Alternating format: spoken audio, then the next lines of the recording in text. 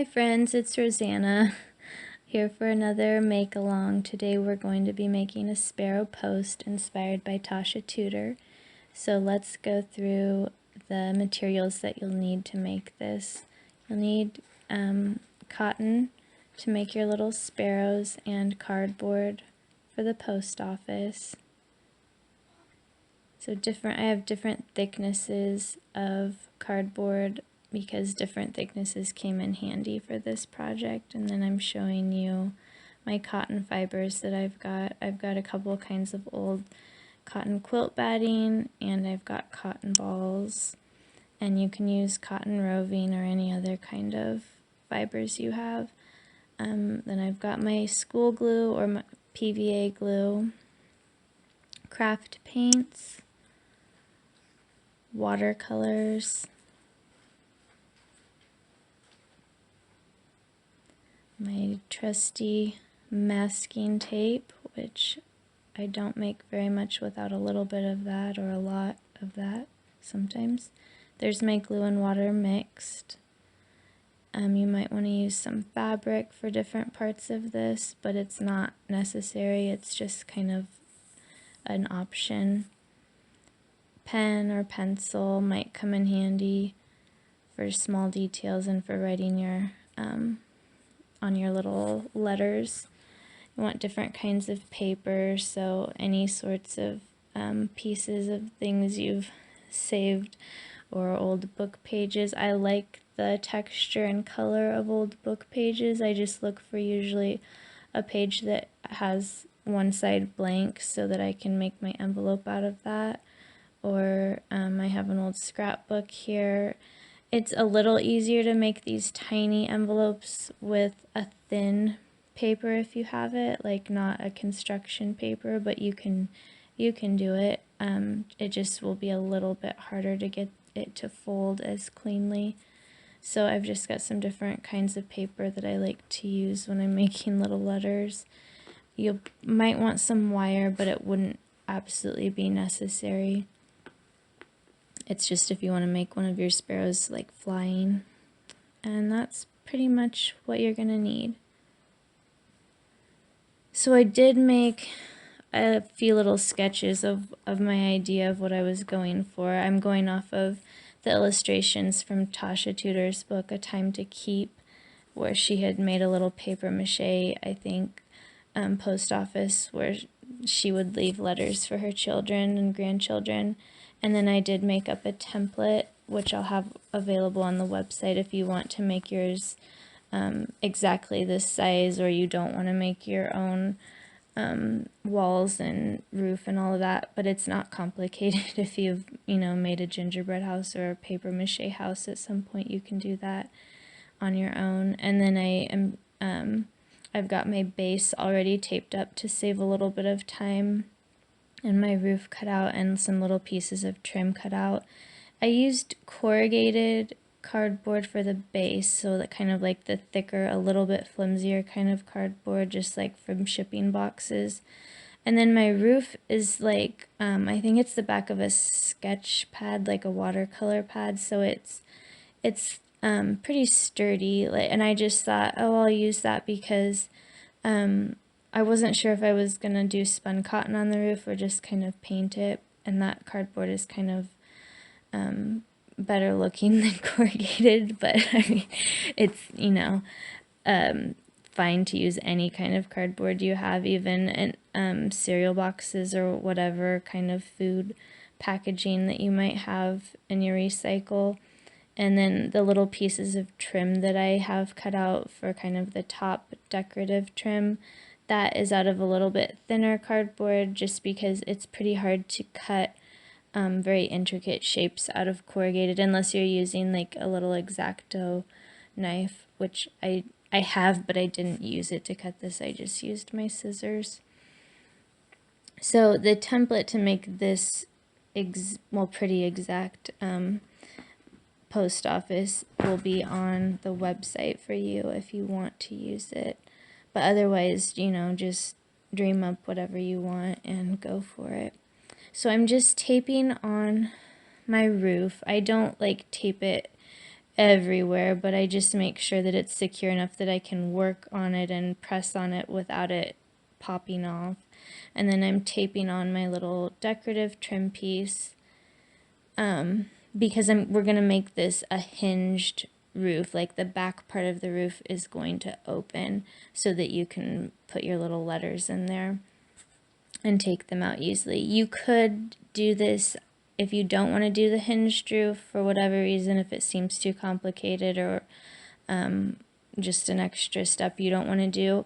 Go ahead and just like cut a little slot in your roof, and you could just pop the letter in the slot, but make sure you leave like the base off of your house. That way you can just lift it up to take the letter out. So that's another option if you feel like maybe the hinging is not something that you're wanting to do. I mean, the other thing about making it hinged is that the roof doesn't lay like completely flat down. It lays fairly flat. It doesn't not just like popped up when I'm done.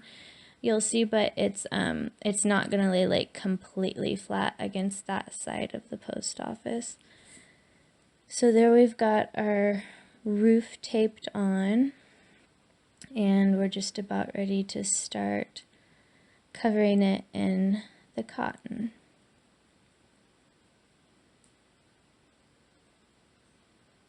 Oh, I forgot, I've got this little I don't know if you call that a frontispiece. Is that a word, a frontispiece?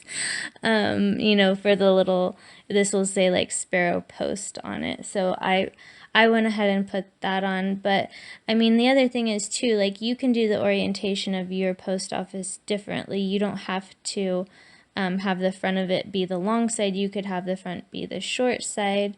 And then of course, like this little sign wouldn't make sense. You could do something else. So I mean, just do what seems fun to you or what you think is going to look nice. This is just what I did with this one. If I did it again, I definitely wouldn't do it exactly the same. I'd try something else. So there we have it.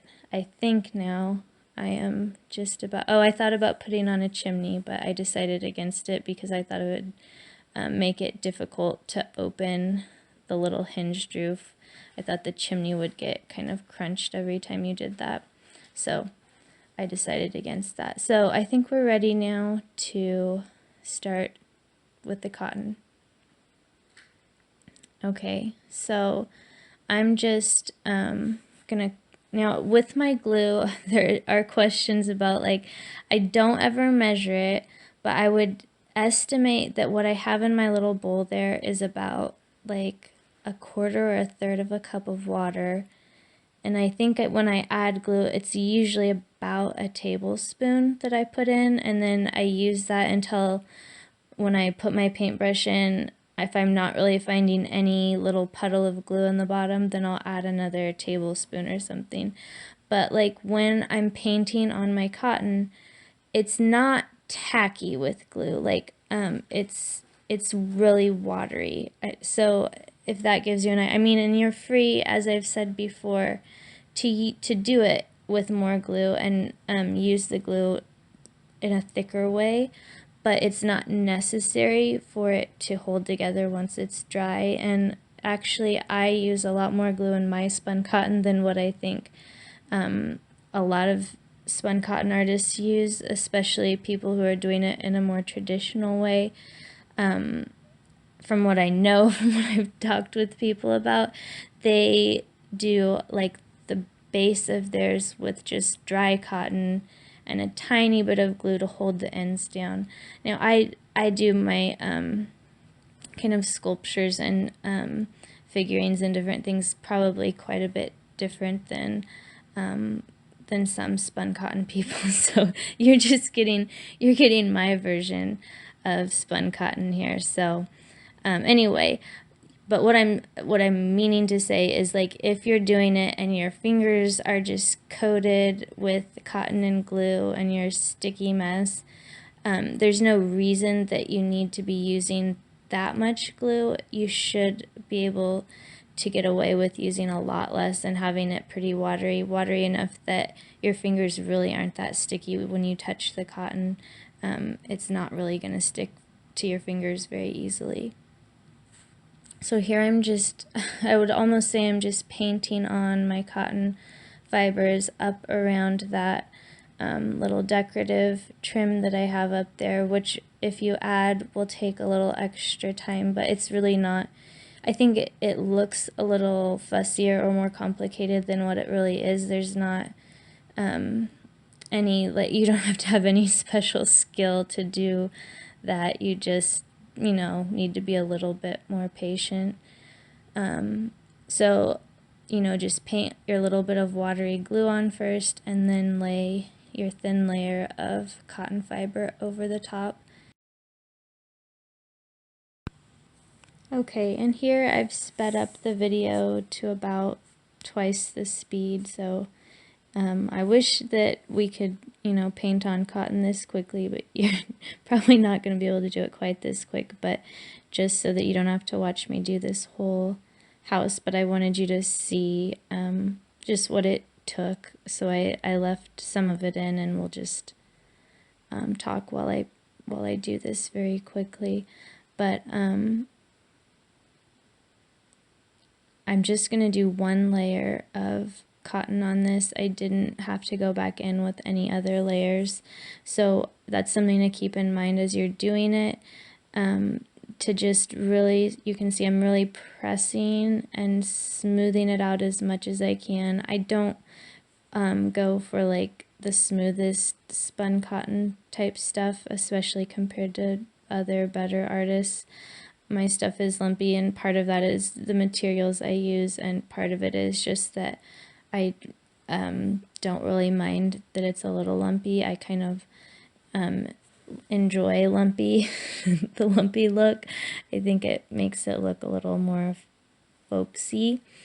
And really, if I could bring myself to leave it lumpier, I think it would look even more kind of primitive or naive, which I really like when other people do, but I kind of struggle with myself with not, I guess, kind of liking a certain style, but also, part of you is always wanting to do something a little better or be a little better, and as you do things more, you do get more skilled and better at them, so that's always kind of a struggle for me, because as I do spun cotton, I'm able to make things look more polished, but then that's not necessarily what I'm going for with my style, if that makes any sense.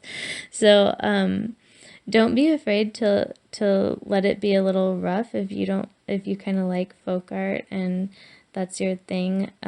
We don't have to go for perfection, so kind of just fight that kind of desire to perfect everything if you can, and just let it be what it is. So we're gonna get our first layer of, well, actually our only layer of cotton on, but like I have shown in other videos, and here it really, like, I lost half my wall there, but you can just, it's pretty forgiving, just smooth it back out.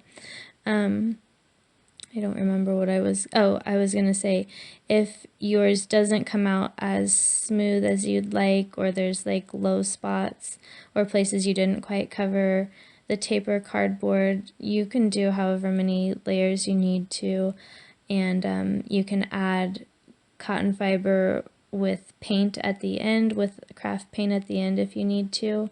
So there's different things that you can do. Here I've almost got the little house covered, and I'm just on the hinged, or the side that opens, it's not a true hinge, but on the opening side of the roof, just remember that it needs to open, so don't glue it down with cotton and glue.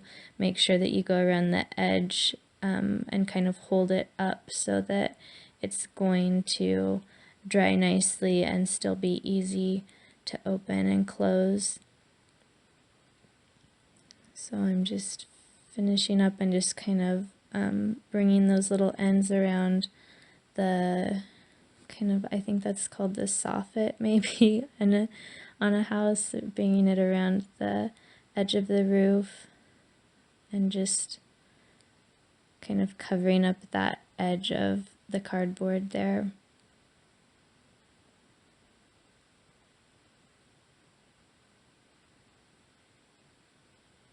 And just making sure that I leave that little side or flap open.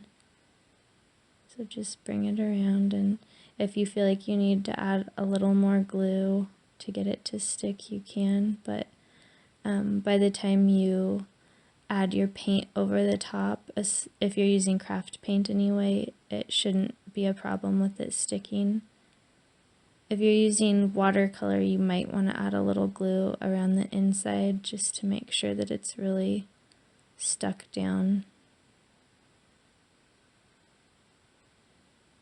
And then I'm covering up this inside edge a little bit. I mean, it's not something you would have to do, but I didn't like the look of that just kind of jagged cardboard edge, so I'm just covering it with a little cotton.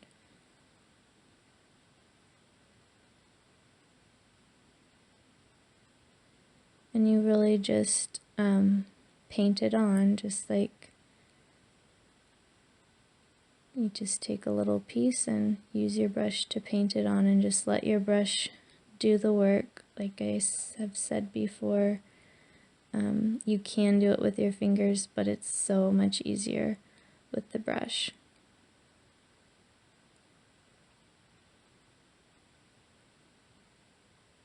And I don't have anything fancy for what I do. It's just really, like, I think almost everything I own for art, making art, is stuff I've found at the thrift store, and these are like the cheapy brushes that I don't know where someone got them long ago, but you know, you find like a bundle of them of like 10 or 20 for $1 or something at the thrift store. So I mean, that's one of the things I like about spun cotton, is that it doesn't require any fancy materials, or it doesn't have to. You can use fancy materials, and you might get really beautiful effects with that, but you don't absolutely have to have them. You can do it with just things you've got around the house, and it can be like a craft, you know. It's not a big stressful thing where you've got a lot of money invested in it. It's just a little bit of time and glue and cardboard and tape and cotton. So you can see we've almost got our little edges covered, and then I always put mine, I've had good suggestions about different ways you can dry spun cotton faster if you're wanting to do it all in an afternoon, you know, because you won't be able to paint until it's, you could try painting when it's wet, but you aren't going to have a lot of control over the paint, and I think it would be kind of like the fibers might want to come up on you, so I always let it dry before I paint. And so I usually, oh, here we've got a visit from one of my really naughty kitties. So let's get Matilda off the table. They think that it's their job to take all of my small little art pieces that I make. So there we've got the cotton on, and I'll put it over one of my heating vents to dry.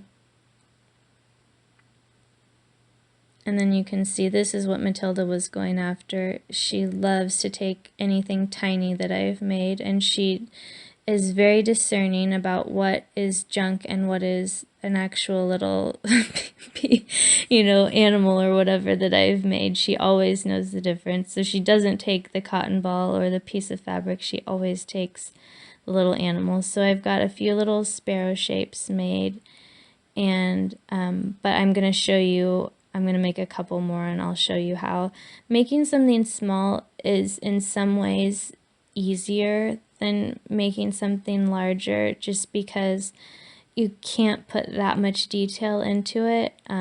So it's just kind of like, these are almost like the idea of a sparrow without really having to do the full, anatomy of a sparrow. So I'm just rolling a little bit of cotton fiber into, like, you know, just kind of an oval shape, and then adding a little bit of my watery glue and starting to get like a little body there. And you just kind of smush it down. I mean, you could use a small piece of foil if you wanted to and go around that, but these are so small that it really isn't that necessary, but it works fine. It works just about the same that way. It'll be a little more solid than what this is. Like, this won't be very solid until it dries, and then I come back in to put a couple more coats of cotton on it. These sparrows usually, I think that I do this base shape and then I come back and plump it out with a little bit more cotton, and then I might add a tiny bit more as I paint them with the acrylic craft paint. So like the little cottage, I'll just set these over my heating vent, and then I have to like put a barricade around it so the kitties don't take them, and let them, and they dry pretty, especially it's winter, the heater's running a lot, so they dry in an hour or maybe less, but I usually don't check before then, so who knows.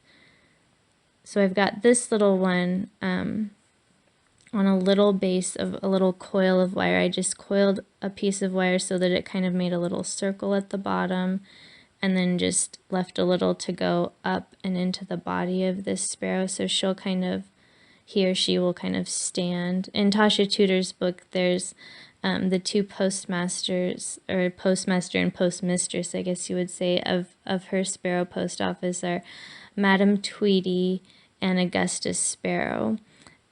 So, I mean, one of these might be that, or maybe Nettie, my daughter, might name them something else. But this little one on a wire will be able to kind of stand. And then I'm going to show you how to make one that looks like it's flying, and we can, later we'll make a little hole in it and attach that to some wire and a base, and that one will be flying a little farther up in the air and hold a little letter. So this one that's flying, it's just the same. It's probably a little bit fussier to make the flying wings.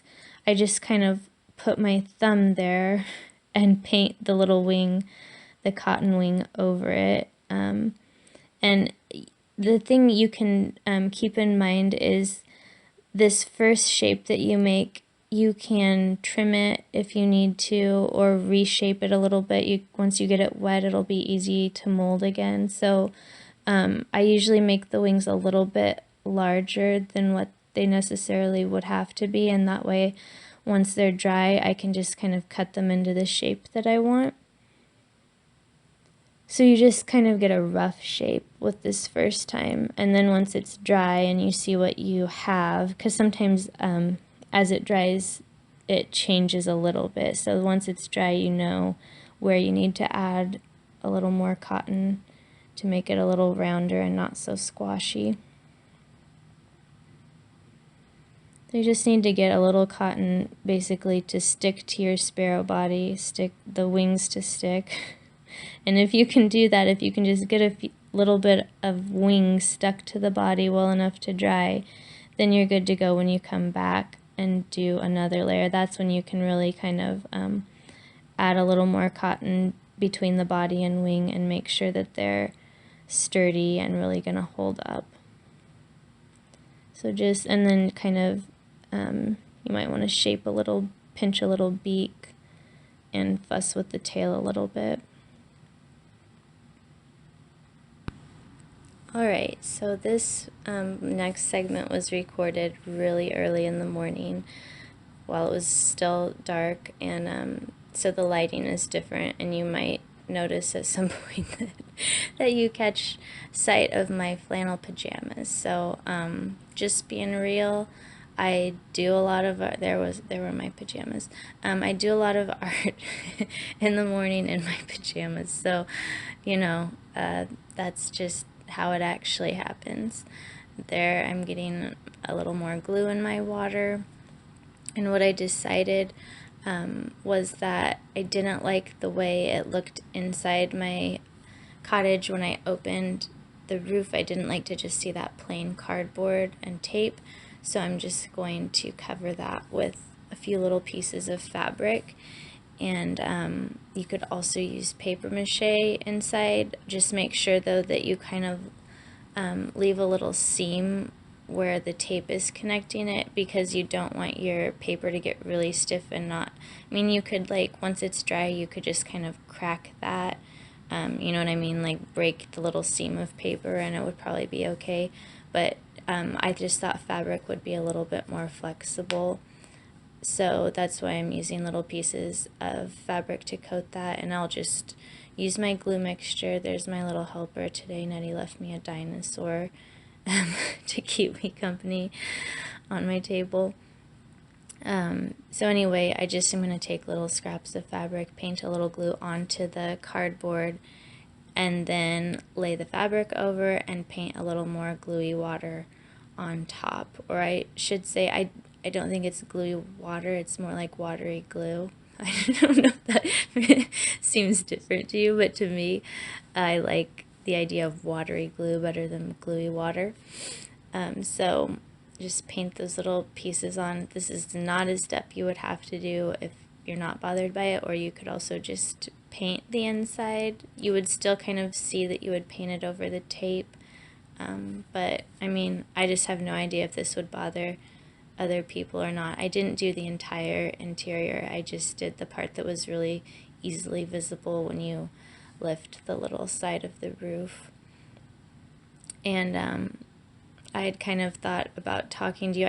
I wasn't able to do like multiple little post offices to show you this time. I started a second one. Oh, you can see it here. I started a second one, and I'm gonna do, I think, some fabric on the top. That's a piece of a hanky, and it has a nice little trim that kind of makes it look like the gingerbread trim. So that was kind of my idea with that one.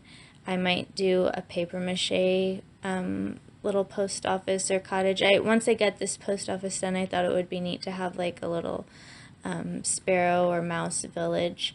So I might do a few more stores or different little buildings to go with this. And I'll probably do kind of a variety of different materials for those, just because I like to try different things and see how they turn out. So I mean, fabric for the roof, or even for, you know, the entire structure, you could try painting that on and see how you like it. You could do paper mache, especially if you are doing a larger version of this, which a lot of you might feel more comfortable making something larger. Paper mache would be the way to go, just because you'll just spend ages painting on cotton if you make something a lot bigger. I mean, you could double or maybe triple this size and it would still be doable, but beyond that, I feel like it would be really, really time consuming.